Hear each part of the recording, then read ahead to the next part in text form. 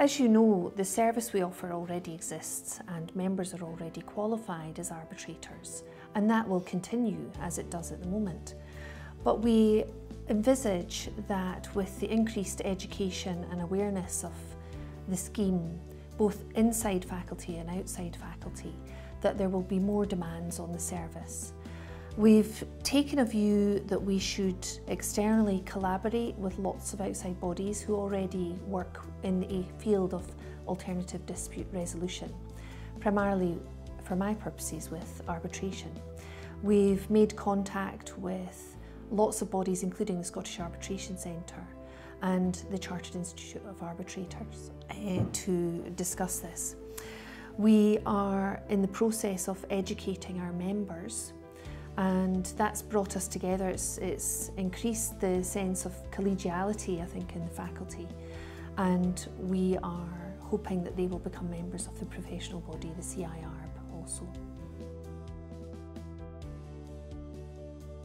The personal injury arbitration idea is very new and exciting. I'm not saying it's never been done before in Scotland, because it was done, I think, many years ago after the Piper Alpha disaster, and the Grahame QC was appointed as an arbitrator and dealt with many cases involving serious psychiatric injury which had occurred to those men. That was done very successfully, but there's not been a cohesive scheme introduced generally in PI cases in Scotland. And so the new scheme that we're planning will hopefully raise awareness generally as to the benefits of arbitration, particularly for people who are involved in personal injury cases. There are certain advantages for clients in terms of the arbitrator can be appointed, the parties have control of that, and they can pick someone who has experience in the field. They will be guaranteed to have that person. They don't have to wait for a judge or a sheriff to be allocated. They don't have to wait for court dates that will be imposed upon them to a large extent, rather than choosing them to suit themselves. And we're hoping that by using arbitration as opposed to litigation, that the benefits of speed, efficiency and those elements will also benefit clients and improve the progress of the cases. At the moment, the faculty's dispute resolution service has around 20 arbitrators, and they vary. Many are QCs.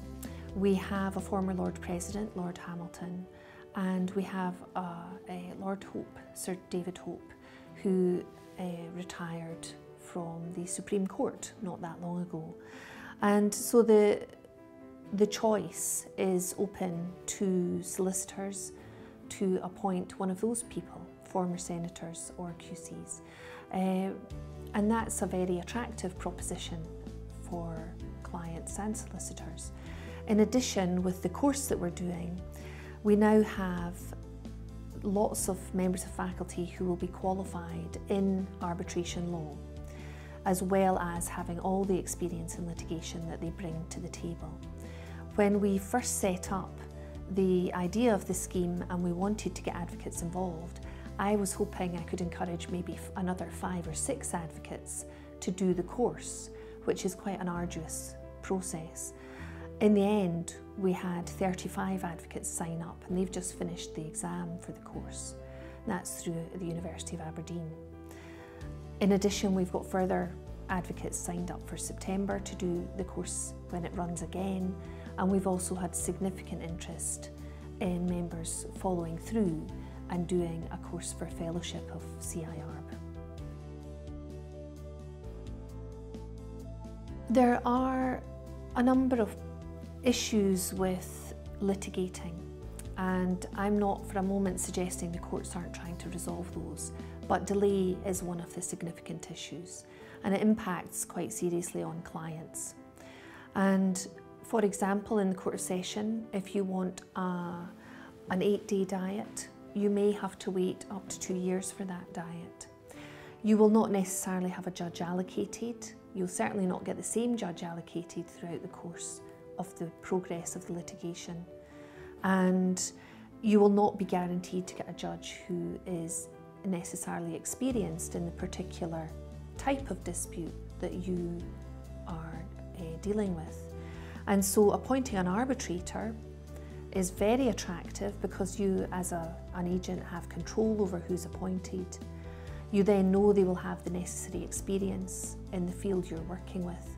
And you know that if you turn up on a Tuesday morning, you're not told to go away because there's no judge, because the arbitrator is there and he's just there to hear your case. You're not waiting in a queue of 15 other cases to have your dispute resolved.